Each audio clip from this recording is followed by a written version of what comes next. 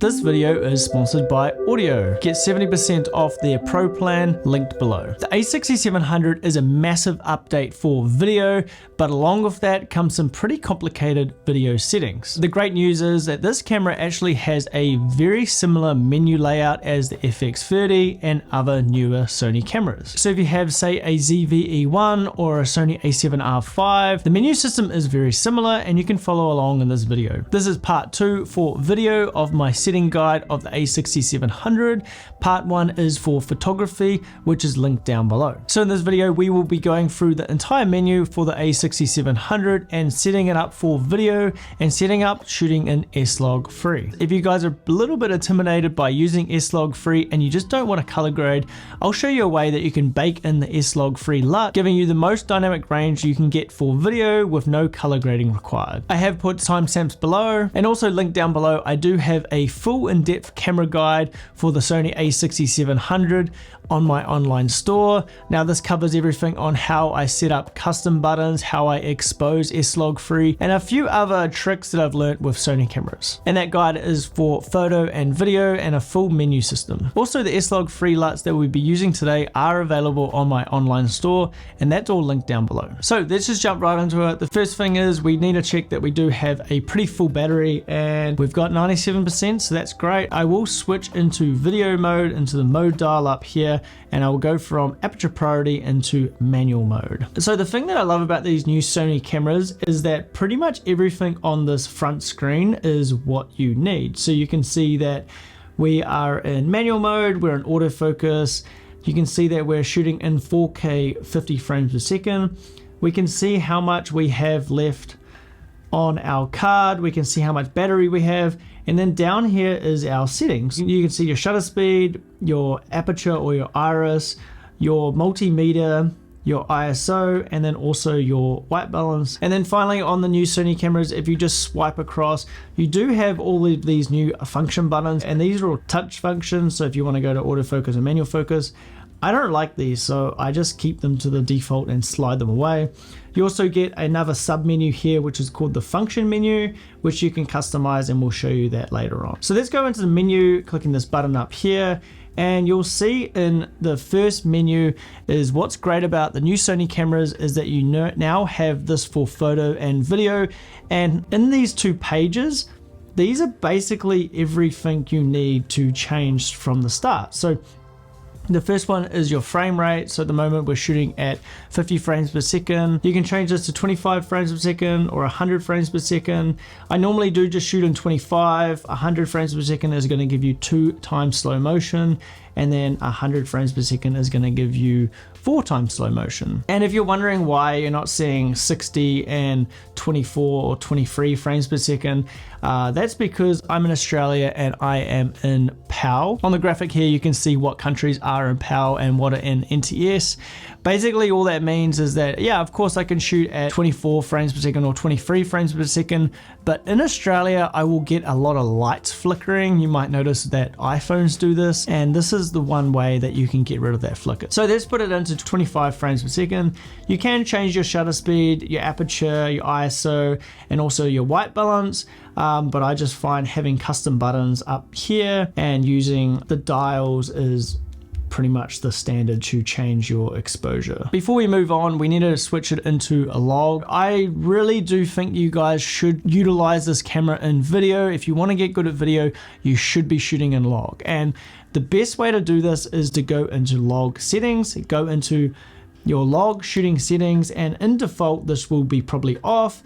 Go in and turn it to flexible ISO, and now you can see what color gamut you are in. So now you are in S gamut 3.Cine SLOG3.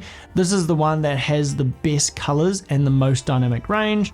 You can change this away from the Cine, but I don't recommend that. Enable LUT files. This does not bake in the LUT into your footage. This just makes it available for using in Catalyst Browse, but I will show you shortly how to bake in that look. So if we go out of this menu and then head back up into select LUT, you can actually import a bunch of different LUTs in here, and I'll show you how to do that shortly. These LUTs are from my online store, and you can purchase them down below. So moving into the file format, the one that I really recommend you using is the XAVCS 4K. This is a compressed file, but it's not overly compressed. If you want more compression, you can choose the HS 4K. This will give you a pretty compressed file. It does actually shift the colors a little bit. It's a lot harder for your editing software and your computer to handle. So I would recommend using S. This will give you a medium file size. The HS will give you the smallest, and then the SI will actually give you the largest file size, and it's uncompressed. And there's also another reason why I would choose the S, as you'll see that sometimes when you change your frame rate, sometimes there's different bit depths are not available. So you need to make sure that if you're shooting an SLOG, that you always have 10 bits selected. If we go to SI, you also need a faster memory card. I've only got a V60 card in here, and yeah, it just becomes a little bit of a nightmare, so I would just keep it in S. Now moving on to your record settings, I would really keep an eye on this, and this is where you can kind of get caught out with Sony cameras, and just make sure that you're in your highest bit depth. So 4.2.2 10-bit, that's what you want to shoot for SLOG3. And when you do buy this camera, sometimes if you switch into 50 frames per second, it can switch to 8-bit, which is not what you want to do. And then moving on to display LUT, this will display the LUT, which we have on. So if you turn this off, this will turn the LUT off. If you want to see what your raw recording looks like without the LUT on top.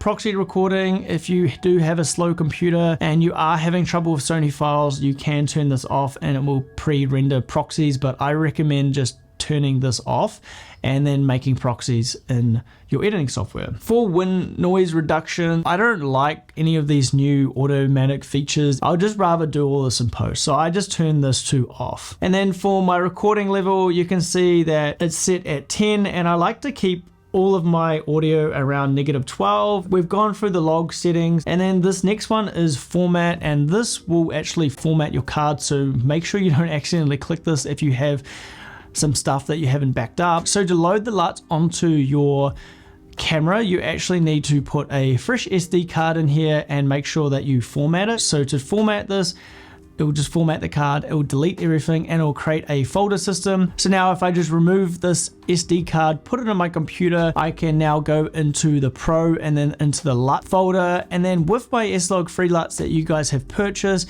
you can drag 4 Sony cameras LUTs onto the SD card, and now you can load these LUTs onto the camera. Now we do have that SD card with the LUTs onto the camera. You now go into a user which is not used, so let's use user 1. You go across and then you go into import, and now you can see that all of these LUTs are now available to import. So number 1 being Gerard Needham natural high contrast is the one that I use the most, and the one that I usually grade and expose my footage for. So let's import that one, go into import this LUT file into user 1. It will now import that file, and now you do have SLOG3 LUTs readily available for you to use and properly expose your SLOG footage. So in here is file settings, and you can see that all of my files start with A6700, and then it goes on to different clips. So that's just a way that I can identify, oh, this came from my A6700. All the rest of my cameras are A1, A2, A3. If you want to keep the similar file name as me, you just go into title name settings, and then you can change this in here. So I just have it at A6700 for obvious reasons. You'll see that shooting mode is grayed out because I have physically changed the shooting mode on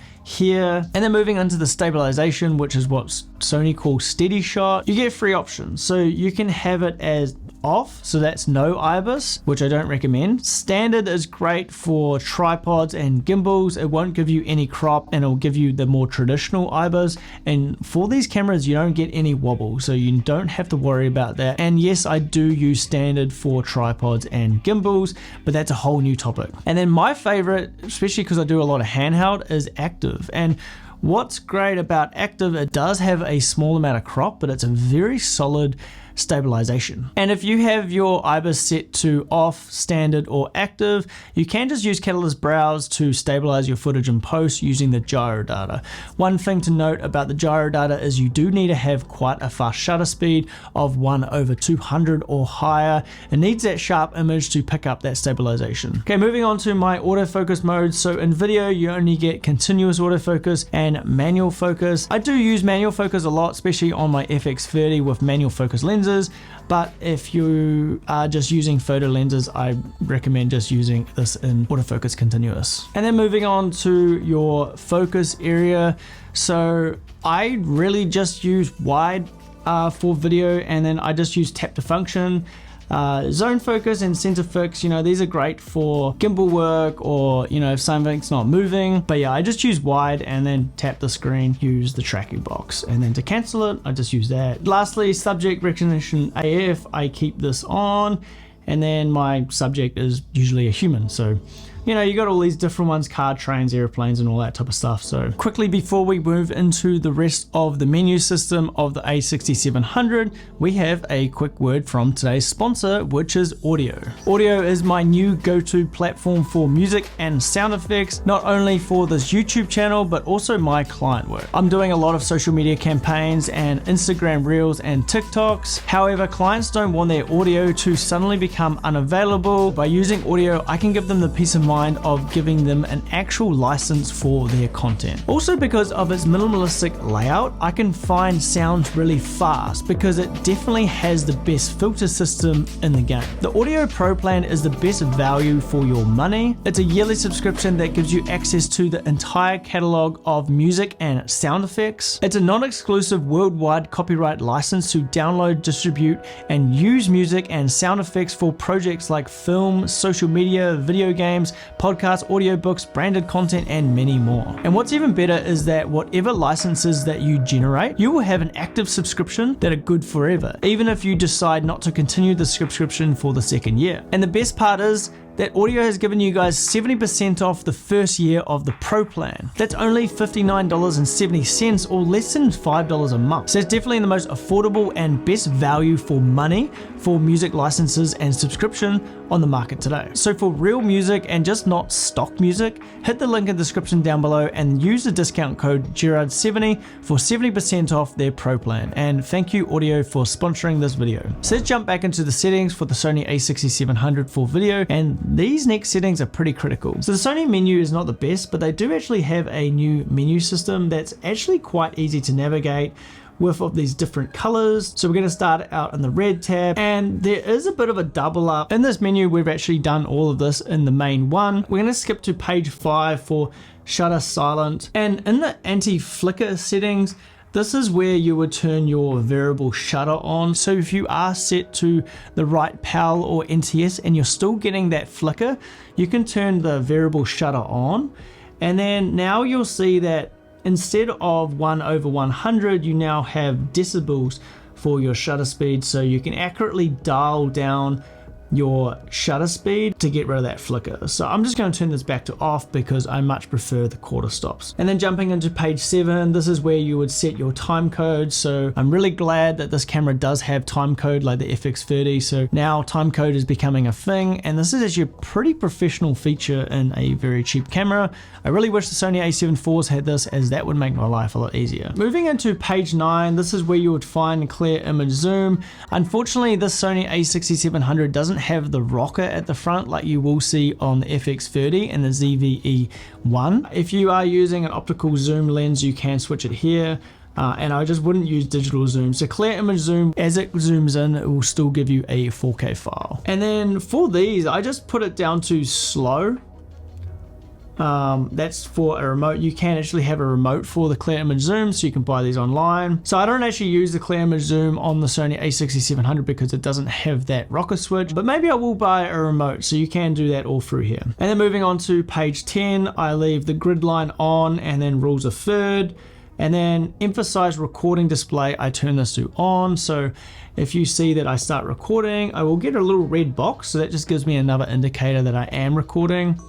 And then if we go back, turn it off, you can just see it's just one little red light. I much prefer just having this two on. And then marker display, center display, aspect ratio, frame guides, I just turn this to all off, and I would much rather just using the rule of thirds. Self timer, I have this to off. Auto framing, now this is the new auto framing and all of that jazz.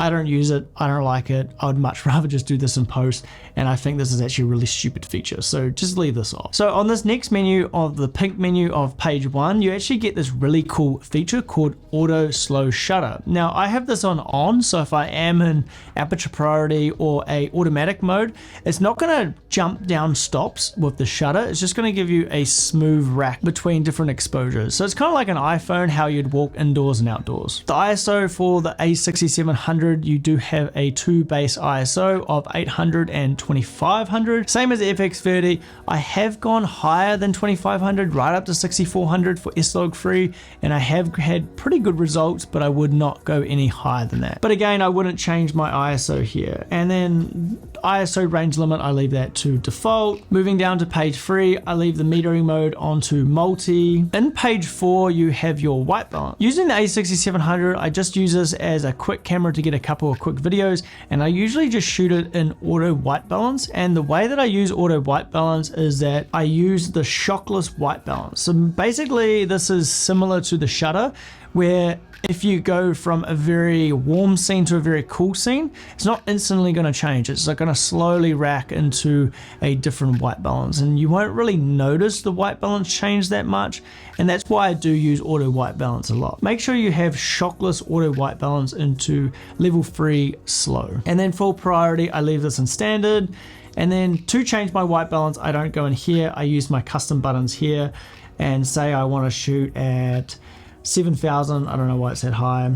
I'll usually just set it at 5600, which is daylight if I'm shooting outside, and then change that appropriately. But the reason why I do like the auto white balance is because it really does a good job, and it manages the tint of the green and magenta a lot easier, and I just find the footage looks great using auto white balance.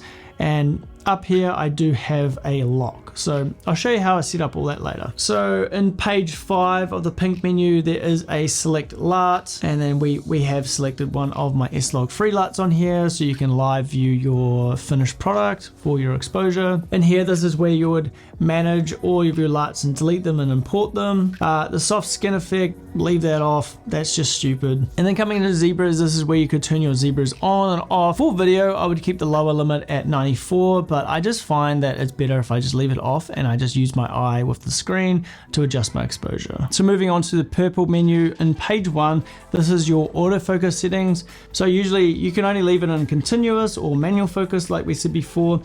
And the transition speed is how fast it will transition or rack focus. So I find turning this down to about 3 or 4, you can get really like manual pulls and a more organic focus rack, and the autofocus isn't too fast and jumping between autofocus points. And then for AF subject shift sensibility, I have this at 3, so 1 will be completely locked on and it's not really gonna take off focus. So if you're going behind a tree or something, it will lock onto that same focus plane. And then 5 being really responsive. So if you go behind a tree, it will just go to the tree and then go back to the person. So I just find around 3 is the best for these Sony cameras. And then the transition speed, I usually have this around 3 and 4. And then the AF assist, I leave as off. And then moving down the rest of this, I leave all of this in the default settings. My subject recognition is on, so it's usually on human. You can go in here again and change all these. And if you guys don't want any trains or any birds and stuff, you can just go in here and turn all these off. I just like to leave them on because, you know, maybe one day I will use an instant. You can change your right and left eye here. I just leave it in auto. I find auto does a great job, but if you are doing a job where you just want to keep the left eye in focus for whatever reason, you can change it on here. And then I don't use face memory or face recognition priority or any stuff like that. This does have focus map, so you can turn this on and it will give you a kind of a cool guide of what's in focus. I remember this coming out and it was like a cool feature, but I just don't even use it, so I keep it off. Focus magnifier, I have this down as a custom button down here, and I'll show you that shortly. And then this is where your focus peaking is. This is where you'll see your focus peaking is on, so you can see that This light stand is definitely in focus, and you can change parameters of changing it to a mid-level so you can only really just see it, and then also low. So I usually just keep this in mid and leave this off. And I do change the color to red. It is default in white. I'll show you why I leave it in red, because if you turn this on and you put it in white, you can't really see it that well. I just find that red just stands out a lot better. So, but that's personal preference. For the playback, I leave all of this in the default settings. And in the network, this is where you would send your photos and you would connect to your phone, so you can do that all through here. And then moving into the last section, which is the yellow menu system. This is where you would change your language, your date, and this is where you would change your NTS and your PAL selector. So you can see that I am in PAL and it's asking me to change to NTS. Now, if I do change this to NTS, anything that's recorded on this camera is going to be formatted. So, you know, the camera is going to turn off and restart, and now it's going to go into NTS. So again, if you are watching from America, you're most likely going to be shooting in NTS. And if you are in, say, Australia like myself, you're going to be using PAL. So you can see now we've got 4K 30 frames per second, and if we move right up to our main menu system, you can now see that we have 24 frames per second, 120 frames per second, and 60 frames per second. So I'm going to go back and put this back into PAL. All right, so going back to the yellow menu, page 1, in this menu you can save your settings to an SD card. You can take that SD card out and then load these settings back onto another Sony camera. That's really helpful. And then moving into the operation and customization, this is where you would customize all of your different dials and function menus for the Sony A6700. So if you quickly look at mine, I have audio recording is the C1 button, which is over to the side. To change it into manual and autofocus, I don't use the lens or I don't go into a function menu. I literally just click this button. So if I find something that I want to focus on, I let the autofocus just capture it, and then I will hit this button and then it will be a manual focus. So that's a little trick that I use. Focus magnifier is my C3 down here. These here just follow my photo settings that I don't use. To change the frame rate, I just click here, and this one is my wide or my focus area. This one's a great one, is that I have these two buttons, C2 and the record button. I changed the record button to white balance lock, and then this one is my white balance. So if I'm in auto white balance, I can just click this button and it will lock the white balance. So wherever I move, the white balance is going to change. I do find the auto white balance on Sony cameras really great, so I do use that a lot. And then moving down to the next one, if the lens does have a button, I have selected this as movie shooting. So sometimes when I'm just holding the lens like this, I don't want to use the shutter button to record. I'll just use another button here. It just saves a bit of time. And then for my dials, they're basically followed the photo mode. So I don't have anything selected here. So basically this one here is my shutter, that's my aperture, and that's my ISO. So that's just how I have them. And then moving down, this is where you can change all of your function menus. I don't use the function menu anymore because I just find my function buttons just work so much better, and I'd much rather just use the main one and main two because that's pretty much everything I need. So the function menu for me is pretty obsolete, but if you do want to change it, you can do it here. So on the yellow menu in page 3, you do have an option for different set for still and movie. So basically this means that when you go from photo mode to video mode, you'll keep your photography settings in your photo mode, and then you'll have different settings set in your video mode. So say if you're shooting in the manual mode for photography, your shutter is 1/250 and your ISO is 800 and 1.4. If you go into the video mode, those settings aren't going to carry over. Same with your picture profile and your white balance. So if we go into this mode, you can see different settings for still and movie modes. The setting for the tick is independent. So I just go through and make sure every single one of these are ticked. Say if you want to keep the aperture the same for photo and video mode for whatever reason, you would untick this. But I keep these all ticked. So that means that my photos and my videos are completely separate for settings. For the display, I keep this all in the auto or default settings. This last one is record with shutter, and basically that just means that this button up here, if you have this as on, your shutter button for video is now the recorder, and it's a big button, you can't miss it.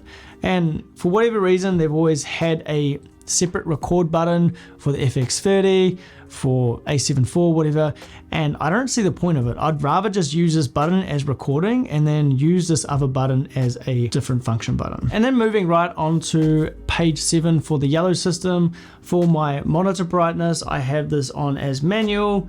I don't use the viewfinder at all for photo or video. And then the monitor brightness is sunny weather. You can manually change how bright you want this, but you can only go to +2, and then for sunny weather you can see how much more brighter it gets. So I just keep it on sunny weather. Viewfinder brightness, don't use a viewfinder. Find a color temperature, you can tune in your color temperature. I just leave this as 0. Flip direction is auto, so if you flip the screen, etc., it's gonna flip back. Page 8 on gamma display assist, I leave this in auto. The gamma display assist doesn't work amazing. This is why having SLOG3 LUTS, being able to display it in the camera, is so much better. I always found with the gamma display assist that I would underexpose my SLOG3, but now I can actually put my own SLOG3 LUTS into the camera. I don't need to look at the multimeter. I just look at the screen, and that gives me an accurate representation of my exposure. Moving down into auto monitor off, I just leave this as does not turn off. Power saver, time saver, I leave this as off. I just don't like it when the camera turns off, it's annoying. And then this has to be one of the most important settings on these Sony cameras, and that is auto power off temperature. And I have this as high. Now, if you have this as standard, your camera will overheat. This is the problem when a lot of people say that Sony cameras overheat, and they run all these tests and they go, oh, this camera overheated after 20 minutes. It's because they didn't have it set to the high threshold. So put it to high. It will come up with a warning, but it won't overheat. Volume settings, I would keep this, we've been on this before, but the great thing about this new camera is that you can actually record 4 channels. So you can actually attach the XLR input in here, and you can get really good quality of audio. So I just leave this on channel 1, channel 2, and I leave audio signals on. All of this I leave on. I'm not going to use a monitor for this camera because of its small HDMI port. But if I was, I would turn that to off, and now I'd get just a clean feed of my actual exposure without all my settings, and then I can use the screen as well. So if you are using like an FX30 and this is on, and when you plug in a monitor you lose everything, just go in and turn this off, and then you'll be able to use the screen for touch to focus, go for the menu, and then you're just using the monitor as a monitor. Version, this is where you would see what version you are. So we are version 1, no update available yet. So that's pretty much the menu system, but I will show you guys how you can bake in that SLOG3 look. So if you go into main menu 2, and you actually turn off log shooting, so now you're just shooting in standard, and then go into main menu 1 and see where it says picture profile off. You can go up and select one of these LUTs, and now we are selected into one of my own SLOG3 LUTs, and this is shooting in log, so this will bake in the log LUT. So you are shooting in log, but it's applying the LUT in camera, so when you get the footage out of the camera, the LUT is already applied to the footage and you do not need a color grade. I personally much prefer color grading my footage, so I just turn this back to off, and then I will go back into log shooting and turn flexible ISO on and make sure I'm shooting in SLOG3 gamma.cine, and then I will color grade in post. But if you guys don't want to color grade in post, that's how you do it. So I know this video probably is pretty long and it's quite a lot to uncover. Again, I do have a full in-depth PDF guide of the Sony A6700, which is linked in the description down below. Also, thank you to Audio for sponsoring this video. If you want 70% off and you don't want any copyright licensing claims against you or your company, for YouTube, for social media, whatever you guys are doing, make sure you click that link down below. use Gerard70, get 70% off for a whole year. That's less than $5 a month, so there's no excuse not getting that audio plan. And if you haven't watched part 1 already, make sure you jump into part 1. There's a few things that are pretty more in depth than we went through in part 2 for photography. And just make sure you go subscribe, stay happy, stay healthy, go out, enjoy the world. We'll see you guys next time.